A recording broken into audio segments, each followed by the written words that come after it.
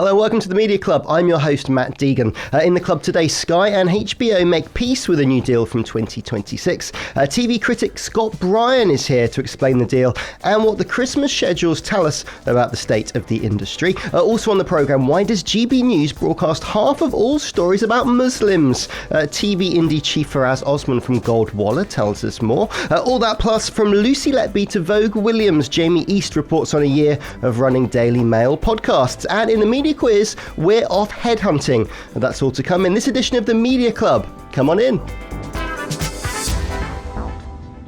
So welcome back to the Media Club. Before we get into the big stories of the week, Faraz, who would you like to nominate to be a club member this week? So Ayesha Rafaele has just done a drama for Channel 4 called Person of Interest with Asim Chowdhury, which is amazing. And then also, sorry, I'm going to give you loads of names. It's Christmas, give me more. Nisha Parti from Parti Productions, she's just signed a massive deal with ITV to do a new big drama for them. I just think that like getting dramas is so difficult to get away, and particularly when it's from minority communities. So to have two people from my community that have managed to get stories about British Asians on as kind of proper dramas, I think is just really exciting. So I'm very excited about that. Also, can I just say that there's a third person I want to get in who like is a Sun insider who's like, they've printed a story about a development that we're doing. And they've obviously got all the facts wrong, and it makes no sense. And I'm a bit like, what? Where has this story come from? So this is story about something you're making? It's a development that we're doing. Okay, so you're working on that. Yeah, it's like, it's not, and we're really excited about it, so we'd love to see the headlines. But they've printed that like an insider has told us that Goldwaller are doing X, Y, Z. And I'm like, number one, if we could just induct that insider so I can kind of meet them at the bar and go, where have you got your information from? And why didn't you just call me and I'll tell you all about it? So if you are listening, just give them a buzz and you'll get the full goss. And Scott, who are you picking to join the club this week? So I'm putting forward somebody that I don't actually know. It's a person called TV Zone UK, who is it's a Twitter account, it's a Threads account and a website.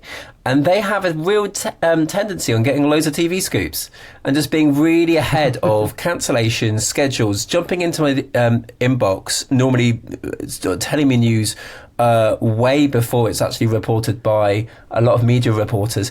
And genuinely, I've got no idea who they are. Absolutely no idea. They don't reveal their identity either. I think it is just a die-hard fan who's got an eagle eye over the schedules and an eagle eye over what shows are going into production, what shows have been cancelled. I think they're slowly but surely becoming one of the best in the business. So if they are able to come forward, I would like to go out for a drink with them to talk about it a little bit more. Say their handle again. TV Zone UK, so TV ZONE UK. Okay, well, it's all about insiders. So I follow them, and I genuinely thought it was Scott. So I don't know if he's plugging his own secret Twitter account. No, could you imagine the most self-indulgent? No, absolutely not. I genuinely thought it was you. There you go. It is very good though. So and put it on Blue Sky. It's on Blue Sky. They're on Blue Sky now, aren't they? They're on everything. Everyone's everywhere now. Well, it's the Fediverse. Well, it's great. It's good to add some insiders into the club. Maybe we should try and get them on as sort of anonymous, back projected. Yeah, it'd be good. It'd be good. Also, it shows that at least there's some interest in TV and what everyone's doing.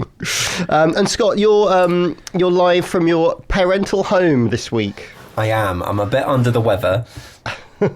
Well, if listeners are watching on YouTube, if that isn't a tautology, you can see lovely pictures of Scott in the background from when he was a small child. It's excellent.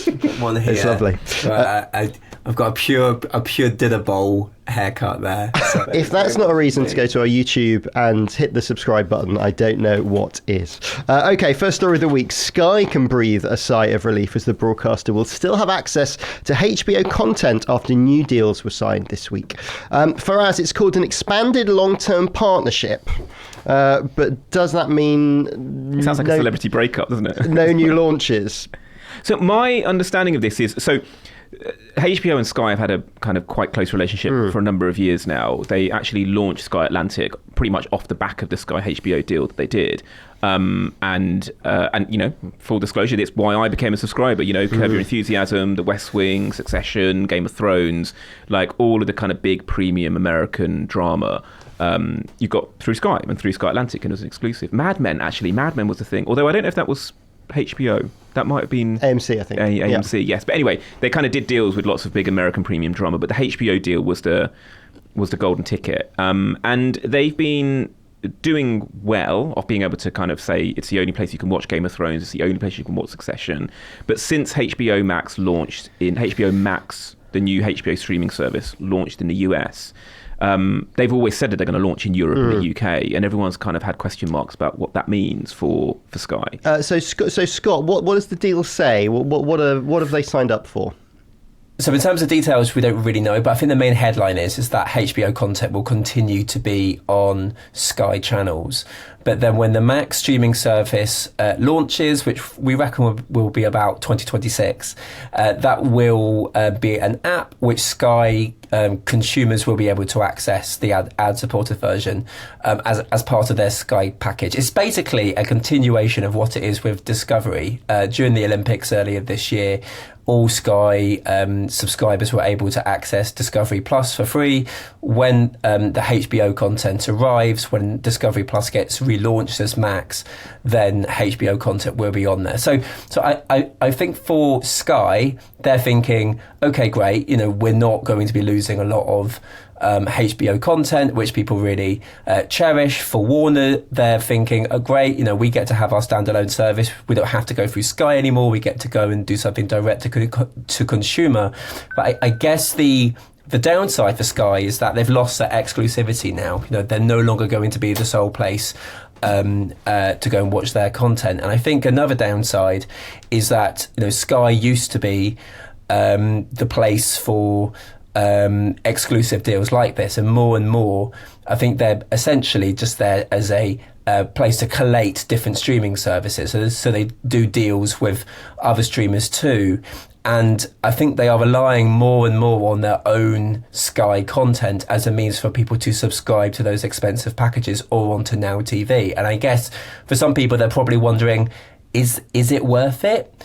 I'm not so sure. I think 10 years ago, Sky used to be kind of an unmissable place for a lot of drama that you wouldn't be able to find anywhere else. But now the new proposition is that, you'll be able to find it somewhere else as well. For us, it's interesting, isn't it? I had a look on the Sky website, and if you sort of go for Sky Essentials, the Netflix ad-free version is included. You get the channels as well. This kind of becoming a super bundler is quite interesting. My dad's got Sky Glass, and he loves it because it brings everything he needs together. And he loves all the sport, and he gets Discovery, and he gets all these other apps. He's a bit confused by the apps, but it all comes through the telly.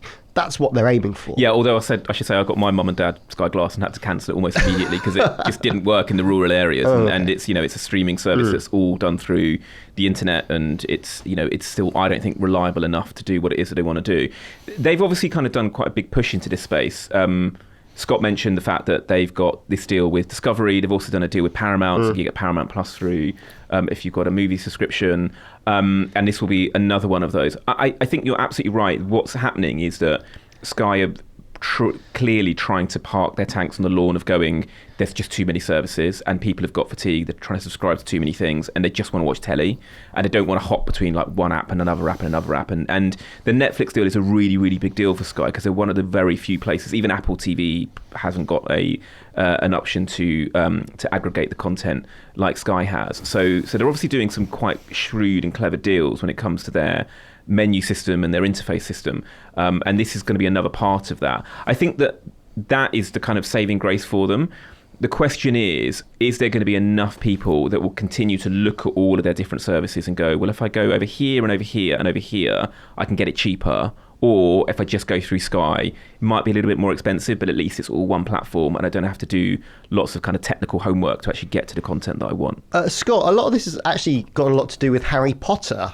Sky wanted to invest in it. HBO said no. They sort of had an ability to do that in a previous deal they've signed. Sky were going to sue HBO. That's all gone away now. This is HBO getting Max ready, or Warner Brothers Discovery rather, getting Max ready for the launch of Harry Potter in the beginning of 2026, I guess. And I guess that is sort of a big question about whether there is that viewer demand of it. I think the generation that grew up with Harry Potter are now firmly in their 20s and 30s. I think J.K. Rowling's comments about trans people have really upset a lot of people, and I think there is a big debate which has been running for a while about, can you separate the art from the artist? Warner Brothers Discovery are very they're very keen on it, and they're thinking that there is a market for it. I mean, it's a way to I guess, use existing IP, existing material, and reframe it for the streaming age. But this is the thing, when you're trying to remake something that is already so big and so iconic, what more have you got really to say, really? Next up, GB News broadcasts half of all stories about Muslims. That's according to the Centre for Media Monitoring, who published a report this week. Faraz, what does the report say? What have they dug into? Oh, they just can't get enough of us, can they? I'm like, cool, like, just like... I mean, I think on the one hand, this isn't too much of a surprise. On the other hand, it is pretty shocking. So the Campaign for Media Monitoring is associated with the Muslim Council of Britain, which has itself had some controversy. You know, it was linked to government and then it wasn't, and, you know, different people have said different things depending on what flavour of government we've had at the time. But the facts are the facts. It's just really clear that GB News, and frankly, a lot of right-wing press, are just utterly obsessed with Muslims and Sharia law and halal meat and, you know, what's happening. Like, look, the reality is that Muslims as a religious group are the fastest growing religious group in the UK, and it makes brilliant clickbait and fodder for kind of culture wars. And so it is really scary, just as somebody that's from a liberal Muslim family, to know that there is a network that has actually got quite a strong influence of power now, that is frankly just obsessed with one religious community, and doesn't read, and there's no opportunity for that community to mediate that and kind of, I guess, in my world, show the truth about, you know, what it is really like to be part of that community. But I think that the real worry for me is, you know, we're looking at what's going on in America right now, and we're looking at how media is being owned and who owns what and how it works, etc. You know, if Elon Musk does get involved in the way that we're already talking about with the Reform Party and the relationship between the Reform Party and GB News, and the fact that, you know, we've got a lot of right-wing politicians appearing on that news channel. Obviously, they're kind of Ofcom regulated, but in the lightest of touch. I'd be very surprised if Ofcom do anything about this. So GB News responded to The Guardian's report on the story, saying, this inaccurate and defamatory report is nothing more than a cynical, self-serving attempt to silence free speech. It proves exactly why a news organisation like GB News needs to exist and why it's succeeding. Sure. I mean, I think if the Campaign for Media Monitoring or a Muslim group decided to launch a news network and call themselves Sharia News, I imagine it'll be on the front page of the Daily Mail every day, all day, as well as other newspapers that now kind of see Islam and Muslims as a threat to British democracy, which is obviously, I think, is utterly absurd.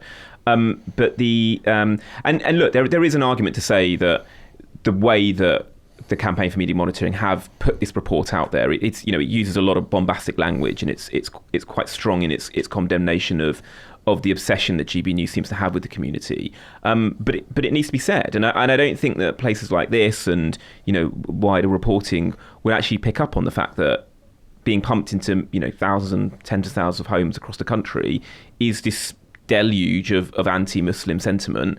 That clearly is going to cause problems with and further divisions between the community. They'd probably say it's not necessarily anti-Muslim sentiment, but it's the constant talking of the discussion of those stories. I'd be surprised if GB News are putting out kind of like, this is what time you can break your fast, and like this. Let's talk about the fact that Muslims kind of give the most amount of charity to than any other community in the country. They're obviously not talking about that sort of stuff. They're talking about the fact that, like, you know, the community itself is seen as a problem within British society, and one that we have to continually put under the radar and the microscope without giving them any right to reply and opportunity to defend themselves. I mean, it's just not good journalism. It's just boring. I mean, Scott, should Ofcom get involved in news running orders?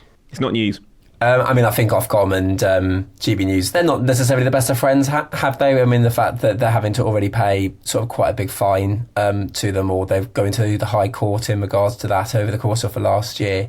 And I think any time in which Ofcom would start saying this is the content you can't do, then I would say that would probably give more ammunition for GB News' cause, because their entire thing, I mean, that statement you just read out, Matt, is completely unsurprising, because them saying that they are trying to sort of serve free speech and they're being silenced, I think helps their cause rather than hinders it.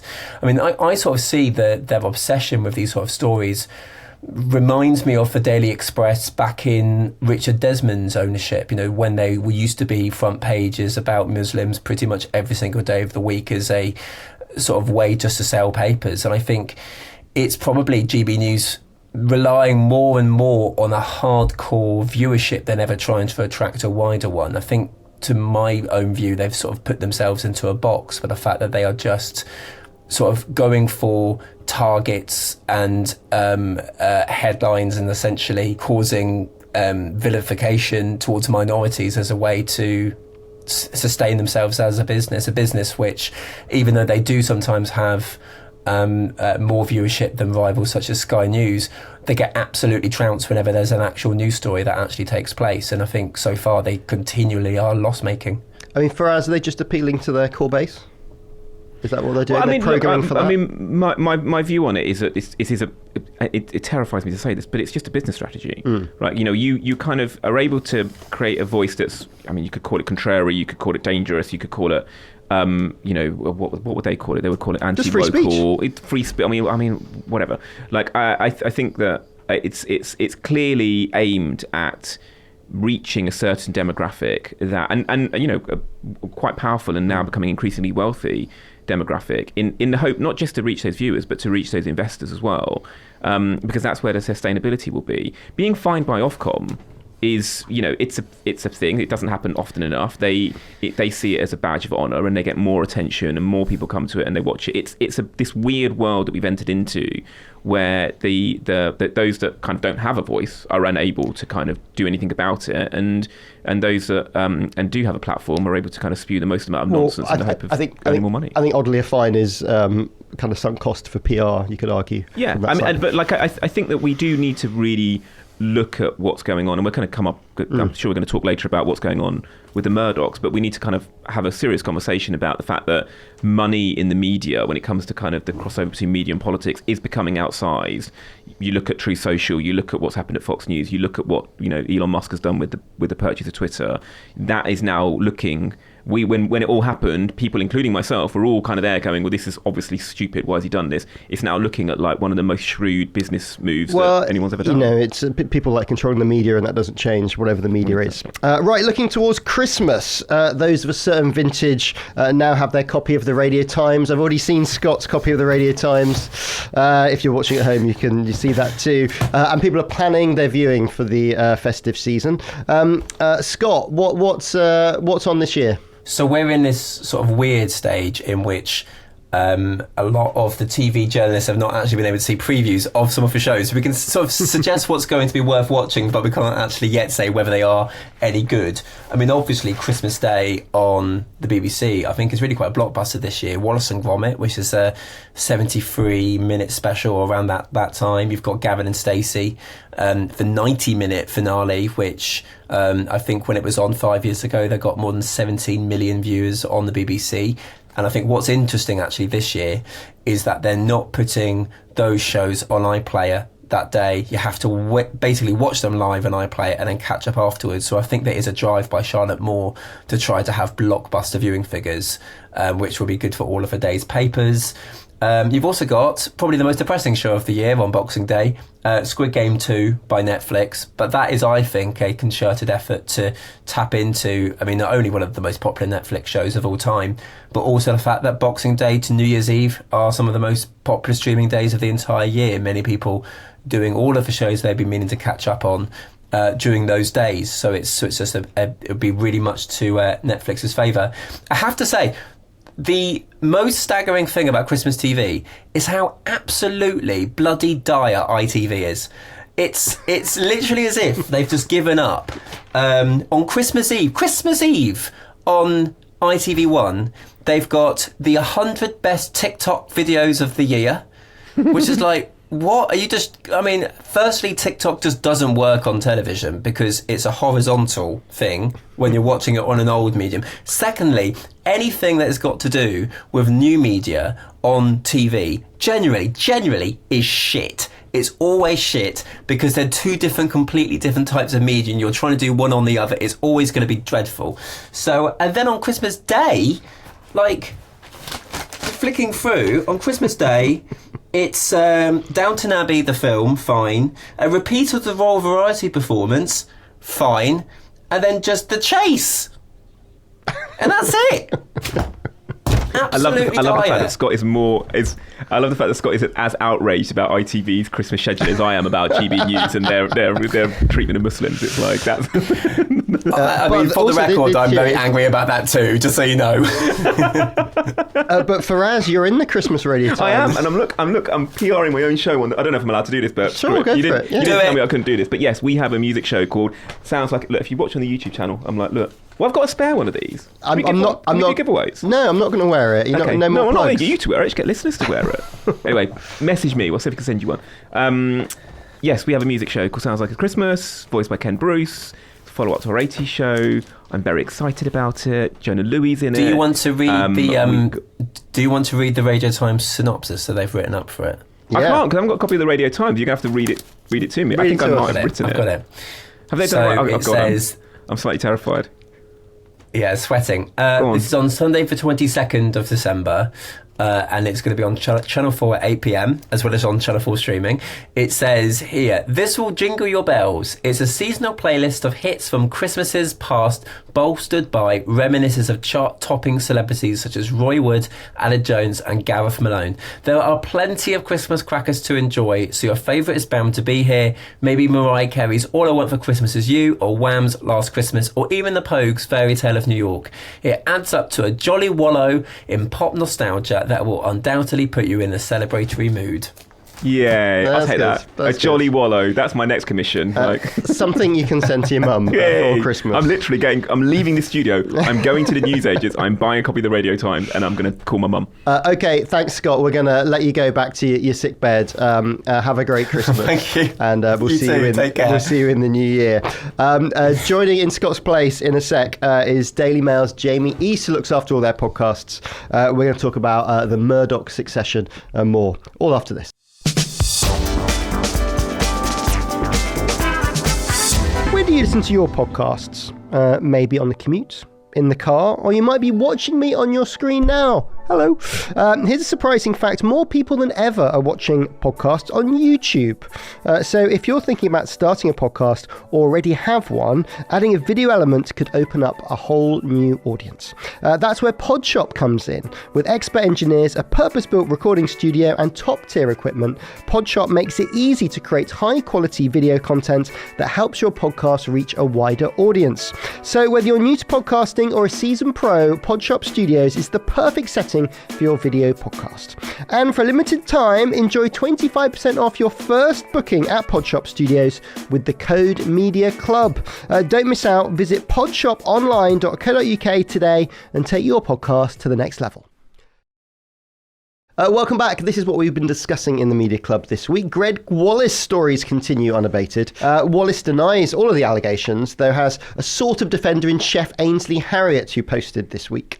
The Onion's purchase of InfoWars has been blocked by a judge after concluding that the original auction closed too quickly and didn't cover all the debts that were owed. And whilst many in the press are wary of AI, Bloomberg's John Micklethwaite was very positive about the future of journalism. The Media Club attended his James Cameron Memorial Lecture on Wednesday, where the editor-in-chief said that news had learnt its lesson on the internet and was dealing with the new upstarts with their eyes wide open. Joining us, Jamie East had a podcast at the Daily Mail. Hello. Hello, how you doing? Very good. You were quite an early AI proponent and podcasts for the Smart 7. Yeah, I was actually. Yeah. For the Smart 7, we did that very early doors. I think I was one of the first people in the country to clone my voice. And used it so I could get an extra couple of hours in bed every day. So a good use of a tool. Yeah. Any ideas of putting AI into any Daily Mail podcasts? Looking at it, there's a big, as I'm sure every publisher's got. There's a committee. There is a work stream ongoing. I think DMGT invested recently in an AI business. Always looking for efficiencies where it's appropriate. I think we're all in the same. Everyone's in agreement now, I think, where it's only as good as the prompts it gets at the moment. So it's really good. Some of the things that we've seen, the things that's really helpful with AI is treatment of sound. Yes. Sound editors around the world rejoice every time and it upgrades. Adobe released the second version of their enhanced speech thing, which is pretty mind-blowing, I have to say. If I were a plugin manufacturer, Isotope and historically all the RX stuff, which is prohibitively expensive and really difficult to use, things like 11 Labs now have got an incredible voice enhance as well. So taking stuff like a voice note from a phone, you can pretty much get that sounding like you're on the radio at the click of a button. So things like that are incredible. It's always good. Show notes are always incredibly boring to write. So AI is pretty good for a prompt to get those and then rewrite it into your own style and make sure that you've got all the links in there. But we're some way off from fully AI podcasts, I think. It's a tool, isn't it? Faraz, are you using it in production at all? We're using it in development. What I find really useful about it is when you're running a small company, like suddenly your opportunity to do things that you wouldn't be able to do simply because you haven't got the resources it just expands quite significantly. It does genuinely feel like when you got email for the first time and you're able to suddenly, email somebody that's sometimes across the world and that gave you the ability to kind of grow a business as a small company quite quickly and get into places that you couldn't normally get into. Same thing with kind of phones and how they got better and better cameras, and you can suddenly film a taster tape on your phone and edit it on a fairly inexpensive computer, and suddenly you're able to compete with the big boys when it comes to cutting sizzle tapes. What I find it really useful for is interrogating my own thoughts and creativity. So I'm constantly asking it questions and telling it to challenge me, and I think that's where it becomes most useful.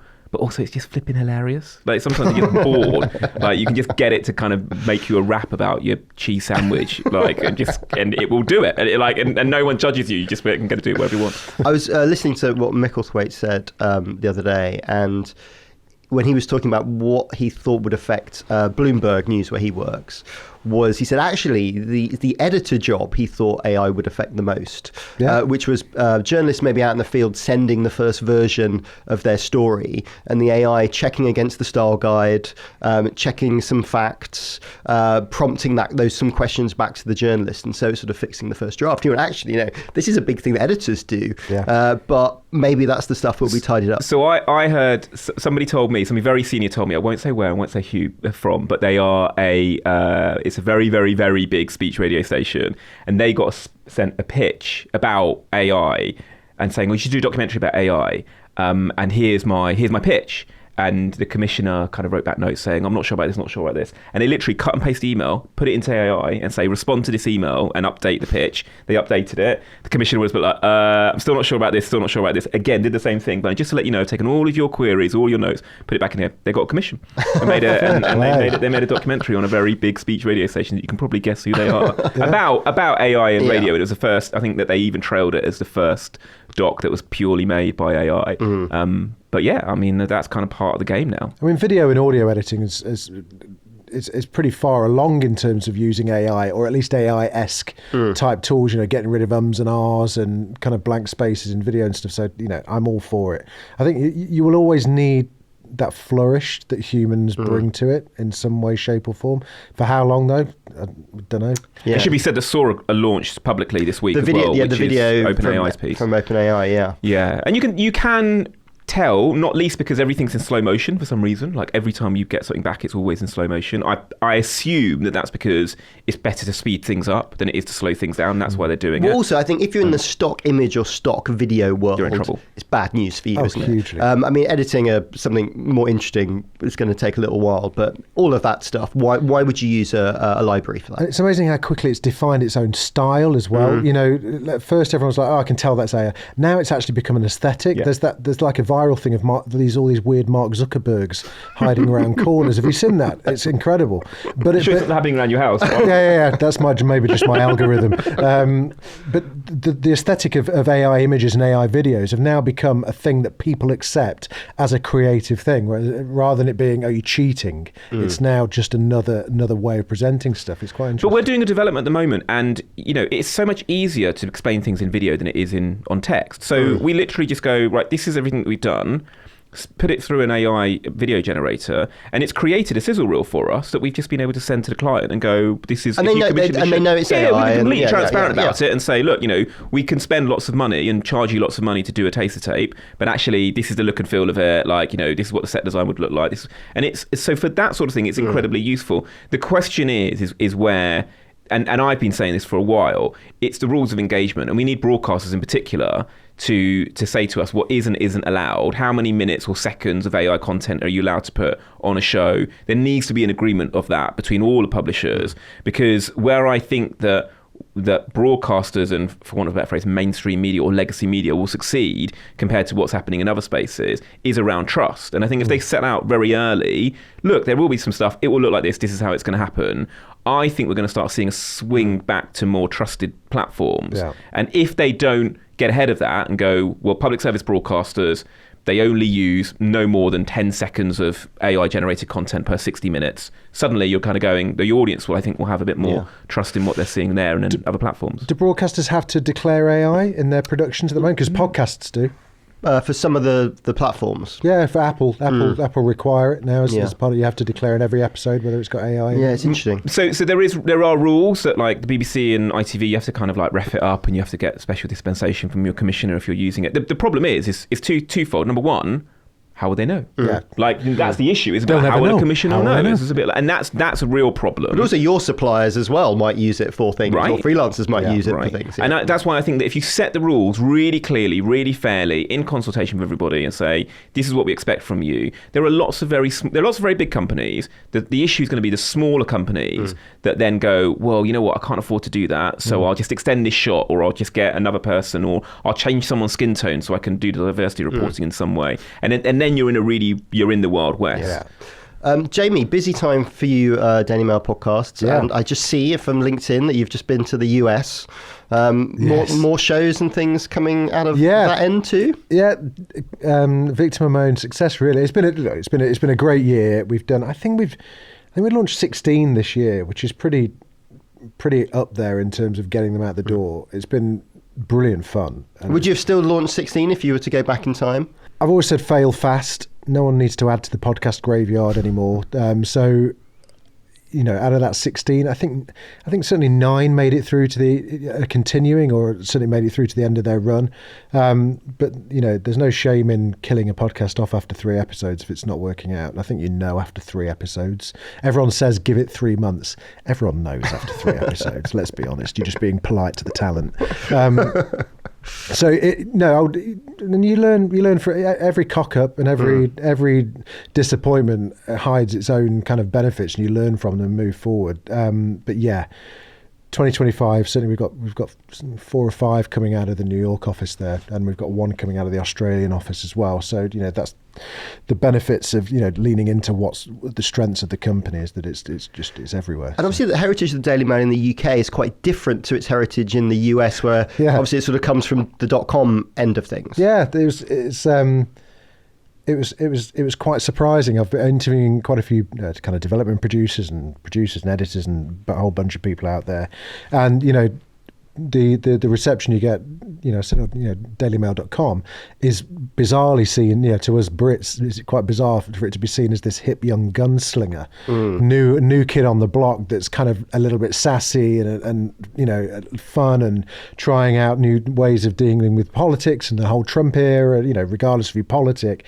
So, I was quite taken aback, really. It's been refreshing, to say the least. Okay, well, it's really interesting to see what you've come up with in the new year. Just just enough time for the media quiz. Let's see how much attention you've both been paying to the media this week. The title this week is Headhunters.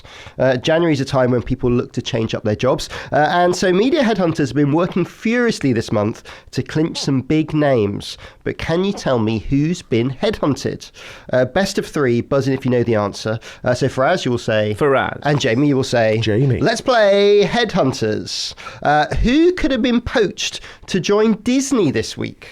Oh, Faraz. You can't put your hand up. On a podcast. Head of podcast. That was for the Spotify viewers. For the viewers. Faraz, who has My been... wife has just texted me this, and it is astonishing. So they were trying to grab Charlotte Moore, who's the head of everything, head of all content and audio and television at the BBC. Arguably the most powerful person in content in the UK. To go and join Disney. I don't know if it was a newly formed role, because Liam Clean was doing that role for a while, but I don't know if it's his role or if it's a new role. It seemed to be a sort of that slightly souped up maybe version of that. Yeah. I imagine they probably whatever said she wanted. Whatever she wanted, and she said no. Which, you know what, that's really exciting in my view, because it suggests that she's still got lots of strong faith and value in the BBC, and the Disney Plus is obviously incredible as a platform internationally, but when it comes to cultural influence, she obviously knows that like the amount of influence she can have in the UK is not. Also the level of output as well. You go from the BBC, which is such a huge, you can do anything you want, to and Disney, regardless of the gig and the seniority of the gig, as we all know, you still cow down to what goes on, what comes out of Hollywood. But on the flip side of that, I mean, it shows that Disney are actually really excited and interested in, I guess it's off the back of the Jilly Cooper Revival season, that they're kind of going, actually, we need to invest more money into Europe and hopefully in the UK as well. I mean, Jamie, it's quite hard to sort of turn down the cash. And the free tickets to Disney World. Yeah. Do you get the cruises? Is that the thrown massive in? turkey leg? Okay, point number one to Faraz. Question number two, who failed in their bid to become the head of News Corp this week? Sort of. Jamie, yes. Lachlan Murdoch. Yes. Yeah. Who Rupert wanted as his primary heir. The Nevada court ruled that Elizabeth, Prudence and James will retain their equal say. I mean, this really is succession writ large, isn't it? It could. I mean, Jeremy, he must be just like... If Rupert hasn't uttered "you're not serious people" to a member of his own family at one point, I'd be amazed. Did you read the story? Did you read what happened about the memo? Yeah, it's just mental. And Elizabeth's statement, I thought, was the saying the quiet part out loud, which was just, we'd now like time just to rebuild our family relationships. Yes. Was just like, my God, you've got. He's 93. You really need to get a jog on. I mean, it is mad. As Elizabeth Murdoch's sort of lawyer PR person watched an episode of Succession where the patriarch died and thought we should have a plan. I just can't get my head around the fact that the guy that wrote Peep Show has now effectively reshaped the Murdochs and the Murdoch family. If there's ever a reason, look, I'm not a massive fan of reboots as it is, but if you ever need a reboot, I want to see Jeremy becoming a Bitcoin billionaire and suddenly buying a media empire and buying a block of flats that if you could ask that, it's like asking the royal family if they've watched The Crown. It's the same thing. Of course they have. They must have absolutely loved it, unless you were James, looking at Kendall going, that record company he owned. Hang on a minute. I never rapped in front of my dad, did I? I bet you did. I mean, it's not great news for the other shareholders in News Corp, where they just, the family obviously control this. There's more uncertainty about it. I mean, obviously, Rupert's worry is that sort of Fox News will become woke. I don't imagine that Elizabeth or James would want to destroy the golden goose, even if they did come in charge. No, and it's not about the money either. It is literally about Fox and the right and maintaining its conservative kind of status. I think I worked at Sky a long time ago. My various family members have been there, and various dealings in and out with the dynasty, and this hasn't been an argument that's been rumbling on for a long, long time. I was working at Sky the day that James Murdoch got the gig, and everyone to run thought, the UK. Yeah. And everyone, Tony Ball left and James was parachuted in literally within half an hour. I think it was the oddest day ever, and everyone thought that was the end, and it's these machines are slow moving, and there will be no overnight change. I suspect that some areas of the business will be siphoned off. I think, if Tortoise have got any cash left, there might be a newspaper or two going spare there. But otherwise, I think it'll just be business as usual. Yeah. I think it's just a family row gone big, isn't it? Yes, we'll make Christmas more fun. Right, question number 3. Stretching the Headhunter theme somewhat to breaking point. Who has come on board the Observer Tortoise deal with an extra £5 million of investment? Oh, Jamie. It's Scott Trust, isn't it? Yes, that's correct. So the current owners of the Observer have sort of been dragged into staying part of it, haven't they? Yeah, it's such a weird... I mean, it's not weird because this is what happens in business all the time. Deals are done behind closed doors and then people cry, oh, we didn't have time. This is the last minute. We haven't got time to talk about this now. We must get it done. And quite rightly, a lot of journalists and people have gone, yeah, but hang on a minute. There was time, but you chose there not to be time. So they're literally called Tortoise Media. Yeah, exactly. Their whole MO is to do things slowly and with consideration. Yeah, because slow news is their thing. And... you can see where they're all coming from.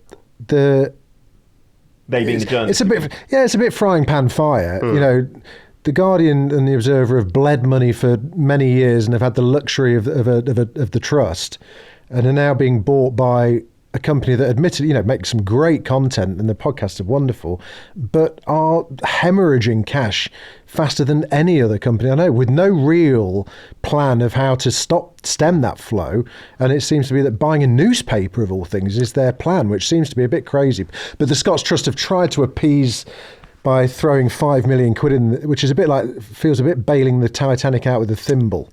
Yes, well, I think they've sort of been stuck with it, but also I don't imagine the journalists are going to be that bothered about this nuance. No. So it's a story we're going to follow, and obviously they're on strike at the moment. Yeah. Okay, that makes Jamie our winner. Congratulations. Yes, finally. You get to speak to the Murdoch family, and they can maybe acquire the media club as part of their... Lizzie, call me. Yeah. Thanks to you both. Also thanks to Scott. Jamie, what can people keep an eye on for coming out of your stable next? Oh my goodness me, a couple of returning series, but Trump is looming large, and it'd be remiss of DMG not to be there in New York as it happens. And Faraz, when can people watch your Christmas spectacular? So that's going out on the 22nd, Sunday. Do your Christmas wrapping while watching our show, 8 p.m. on Channel 4. Also, I want to plug our other show, actually. We did a show called Evil Escapes for ITV, which I'm really, really proud of. Everyone worked their nuts off to make that show. And we want to get... I'm going to say it here, ITV, you need to commission a series. So, everyone watch this, and then all, write in to the Daily Mail saying, why watch this thing on ITV? And it was amazing, because they read the Daily Mail, and that's all they care about. Like, what does the Daily Mail say about our telly? I'll put you in touch with Sarah Vine. She'll sort you out. And people can watch it on ITVX. Everyone can watch it on ITVX and on YouTube, on ITV's YouTube channel. And in all good bookstores now. Great. Well, we look forward to seeing all of those things, and nice to see you both. Thank you very much. Thanks for having me. And thank you to you for watching as well. If this is your first time here, remember to hit follow on your podcast app of choice, or press the subscribe button on the YouTube channel so you'll get more episodes and more clips from us. My name's Matt Deegan. The producer was Matt Hill. It was a Rethink audio production with video support from Podcast Discovery. And we'll see you next week. Bye-bye.